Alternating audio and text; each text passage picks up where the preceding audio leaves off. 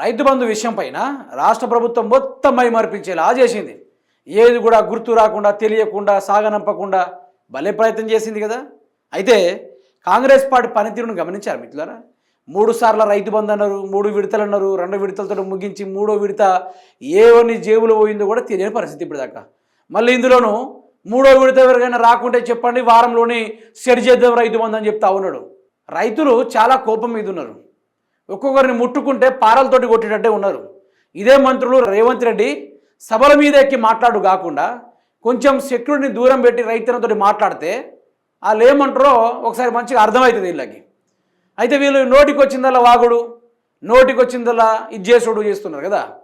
అయితే నేను ఏమంటున్నా తెలుసా మిత్రులారా, తెలంగాణ రాష్ట్రము మొత్తం ఖారాకుని చేసి పడేసిర్రు వీళ్ళు.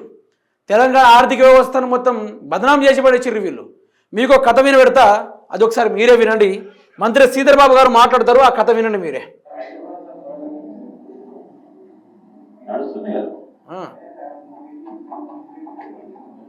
అన్నింటికి నడుస్తాం, స్టాప్ ఇట్. అది నడుస్తాం. అరకొరం ఎవరికైనా పడకుంటే చెప్పండి, వారు కూడా చేస్తాం.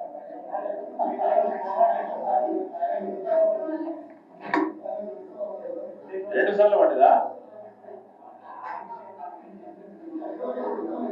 అరే 2 సార్లు పడ్డదా?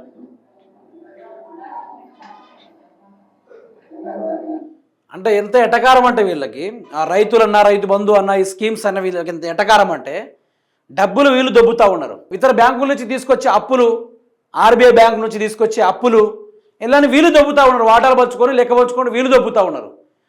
ఇప్పుడు రైతు బంధు రాలేదు కదా అంటే నడుస్తుంది, అది నడుస్తూనే ఉంది. ఎటు నడుస్తుంది? తెలంగాణ నుంచి ఢిల్లీకి నడుస్తుందా? తెలంగాణ నుంచి కేరళకు నడుస్తుందా? తెలంగాణ నుంచి కర్ణాటకకి వెళ్తుందా? లేకుంటే తెలంగాణకి ఆంధ్రప్రదేశ్ నడుస్తుందా? ఎటుపోతుంది రైతు బంధు? మరి ఆ డబ్బు తింటున్న గాడిదేవాడు, 3వ విడత రైతు బంధు దాచుకున్న గాడిదేవాడు, మరి ఆ డబ్బులు రైతులకు ఇవ్వచ్చు కదా. ఈరోజు ఏదైనా తప్పు చేస్తే పోలీసులు అటక్కున కేసులు పెడతా ఉన్నారు. మరి అట్లాంటప్పుడు మీరు ప్రభుత్వం వాళ్ళందరూ కలిసి మేము దివానే కాలేమా, మేము దిక్కులేని వాళ్ళమా, మేము రైతు బంధు వేయలేమా అని చెప్పేసి సభల మీద అరిచి ఘోరంగా అరిచారు కదా. మరి అరిచినందుకు ఈరోజు రైతు బంధు ఎడిపోయింది. మరి అట్లాంటప్పుడు మీ మీద కోర్టులో ఎన్ని పిటిషన్లు వేయాలి, మీద ఎన్ని పిటిషన్ దాఖలు చేయాలి, ఎన్ని ఎఫ్ఐఆర్లు ఫైల్ చేయాలి మీ మీద? యావత్ తెలంగాణ రాష్ట్ర రైతాంగం 70 లక్షల మంది రైతాంగం ఏకమయ్యి రైతు బంధు విషయంలో మోసం చేసాడు, 420 చీటింగ్ అని చెప్పేసి కొన్ని సెక్షన్లు పెట్టి బొక్కలు దోస్తే అప్పుడు తెలిసి వస్తుంది తెలంగాణ ప్రజల దెబ్బేంది, రైతు బంధు విలువేంది, ఆ రైతు బంధు తీసుకుంటున్న రైతు యొక్క కోపం ఏందో అక్కడ క్లారిటీగా అర్థమవుతుంది. అయితే ఈయనకి ఎటకారంగా అనిపిస్తూ ఉంది మాటలు. ఐటీ శాఖ మినిస్టర్, ఈయన హయాంలో ఎన్ని ఐటీ డెవలప్మెంట్ అయిందో వీళ్ళ పియ్య కూడా తెలియదు. వీళ్ళు హైదరాబాద్లోనే ఉంటూ ఏసీ రూమ్లోనే ఎంజాయ్ చేసుకుంటూ ఆన్నే ఉంటారు తప్ప వీళ్ళ నియోజకవర్గాల్లో దిక్కే లేదు. ఇప్పుడు మంత్రి నియోజకవర్గం అనుకుందాం, అక్కడే రింగ్ రోడ్ అన్నాడట ఈయన. రింగ్ రోడ్ కట్టిస్తా, మీకు ఉద్యోగాలు ఇప్పిస్తా, ఇసుక లాబీలు బంద్ చేపిస్తా, గుడిసె ఉన్నోళ్లకు బంగ్లాలు కట్టిస్తా, నిరుద్యోగులకు ఉద్యోగాలు ఇప్పిస్తా, రైతన్నులకు ట్రాక్టర్లు కొనిపిస్తా, ఇక్కడ ఖాళీగా ప్రభుత్వ భూములు ఉంటే బూజు ఖలీఫా కట్టిస్తా, ఎక్కడైనా ఊర్లకు బాట పోకుండా లేకుంటే నేను కేబుల్ బ్రిడ్జి నిర్మిస్తా అని చెప్పిన ఇదే శ్రీధర్ బాబు గారు, మంత్రి నియోజకవర్గ శ్రీధర్ బాబు గారు ఈరోజు మాట్లాడుతున్న ఎటకారపు మాటలు విన్నారా మిత్రులారా? ఎంత ఎటకారపు మాటలు మాట్లాడుతూ ఉన్నాడో. రైతు బంధు పడ్డదా? 2వ విడత పడ్డదా? 3వ విడత ఇస్తారా? ఇంకో పడక ఇస్తారా? ఏంది అది? మంత్రి లెక్క మాట్లాడుతున్నావా? ఈరోజు నీకైనా వార్డు మెంబర్ కొంచెం పొలైట్నెస్గా విత్ సబ్జెక్ట్ తోటి విత్ డేటా తోటి ఆ సిస్టమ్ ఏ విధంగా రన్ అవుతుంది అని చెప్పేసి మాట్లాడతాడు. ఏమైనా మంత్రి లెక్క ఉన్నావా? మంత్రిలాగా మాట్లాడుతున్నావా? నిన్ను అనొద్దు. ఈ సినిమాలు నాకు డైలాగ్ గుర్తొస్తుంది. టెంపర్ సినిమాలో ప్రకాష్ రాజ్ గారు అంటారు, ఎవర్రా వారికి మినిస్ట్రీ ఇచ్చిందని చెప్పేసి. ఇక్కడ నేను ఎవరిని ఉద్దేశించి అంటలేను, ఎవర్రా వానికి మినిస్ట్రీ పదవి ఇచ్చేసిందని చెప్పేసి టెంపర్ సినిమా ప్రకాష్ రాజ్ గారు అంటూ ఉంటారు.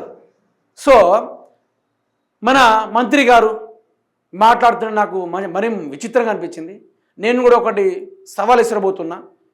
మంత్రి శ్రీధర్ బాబు గారు, మీరు ఎన్నోసార్లు మంత్రి నియోజకవర్గం గెలిచారు, మీరు ఏమేమి చేశారు, మీరు ఏమేమి చూపారు అనే దానికి మీ దగ్గర డేటా ఉందా?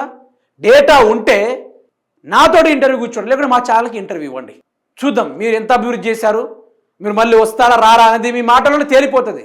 మళ్ళీ వస్తారా అనే ముచ్చట ఉండదు. దెబ్బడిపోయింది మీ పార్టీకి, మీకు అర్థం కావట్లా. దెబ్బడిపోయింది ఎప్పుడో.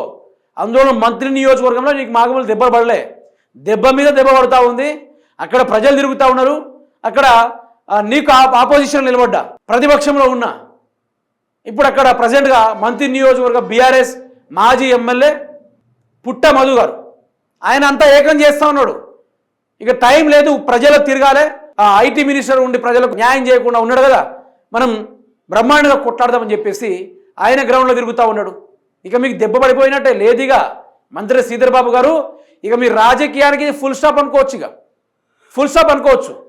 రోజు రోజుకి మీకు అర్థం కాకుండా వాళ్ళేమో బ్రహ్మాండమైన ఉద్యమాన్ని నడిపిస్తూ ఉంటే మీరేమో హైదరాబాద్లో రైతు బంధు పడిందా, మీకు వచ్చిందా, మీకు రాలేదా, ఎవరికి రాలేదంటే చెప్పుర్రి, వారంలో ఇచ్చేద్దాం మనం అనుకుంటూ ఇట్లాంటి వెకిలి మాటలు మాట్లాడితే జనాలు ఎవరు కూడా ఊకోరు, మంత్రి శ్రీధర్ బాబు గారు. దయచేసి నేనేమంటున్నా అంటే, తెలంగాణ రాష్ట్రం మంచిగా ఉండాలి అంటే, తెలంగాణ రాష్ట్రం బాగుపడాలి అంటే, ములుగు కానీ మంత్రి నియోజకవర్గం బాగుపడాలి అంటే మొదలు మంత్రి సీతక్క గారి లాంటి వాళ్ళని, లేకుంటే మంత్రి శ్రీధర్ బాబు గారిని ఏం చేయాలి, మిట్లారా మంచిగా ఇంటికాడనే ఉండేటట్టుగా చేయాలి. ఇది ఒకటి లక్ష్యంగా పెట్టుకోర్రి. మరి రైతు బంధు రాలేదట ఇప్పటిదాకా చాలామంది ప్రజలకు. ఆ రైతు బంధు కథ ఆడదాకా వచ్చింది, యానం వచ్చింది రేవంత్ రెడ్డి. నిన్న మురకశిల స్టార్ట్ అయింది. ఇక రైతులు నారుమళ్ళు దున్నుకుంటారు, పత్తి విత్తనాలు పెట్టుకుంటారు, వ్యవసాయాన్ని పండగ జరుపుతూ ఉంటారు. ఈ టైంలో ఈ మధ్యలో సార్ గారు చేయాల్సింది ఏంది, రైతు బంధు చేయాలి కదా. మరి కేసీఆర్ గారు రోహిణి ఉన్నప్పుడే రైతు బంధు వేసేది, రైతులను ముందుగానే యూరియా బస్తాలు తీసుకొచ్చి పొలాల్లో వేసుకున్నాడు, లేకుంటే స్టాక్ వేసుకున్నాడు, వడ్లు గింజలు తెచ్చుకున్నాడు, అవి చేసేటోళ్ళు. కేసీఆర్ ఆ విధంగా చేసిండు. మేము దివానేగాళ్ళమా, దిక్కు లేనులమా, అదా ఇదా అని చెప్పేసి మాట్లాడిన మీరు దిక్కు లేకుండా అయిపోయారు తప్ప, రైతులను దిక్కు లేకుండా చేశారు తప్ప ఈరోజు ఎవరికి లాభమైంది మీ వల్ల? సో ప్రజలు మాత్రం ఈ విషయంలో మిమ్మల్ని వదలరు, ఎట్టి పరిస్థితుల్లో మిమ్మల్ని వదలరు. దాని గురించి పెద్దగా చెప్పాల్సిన అవసరం కూడా లేదు.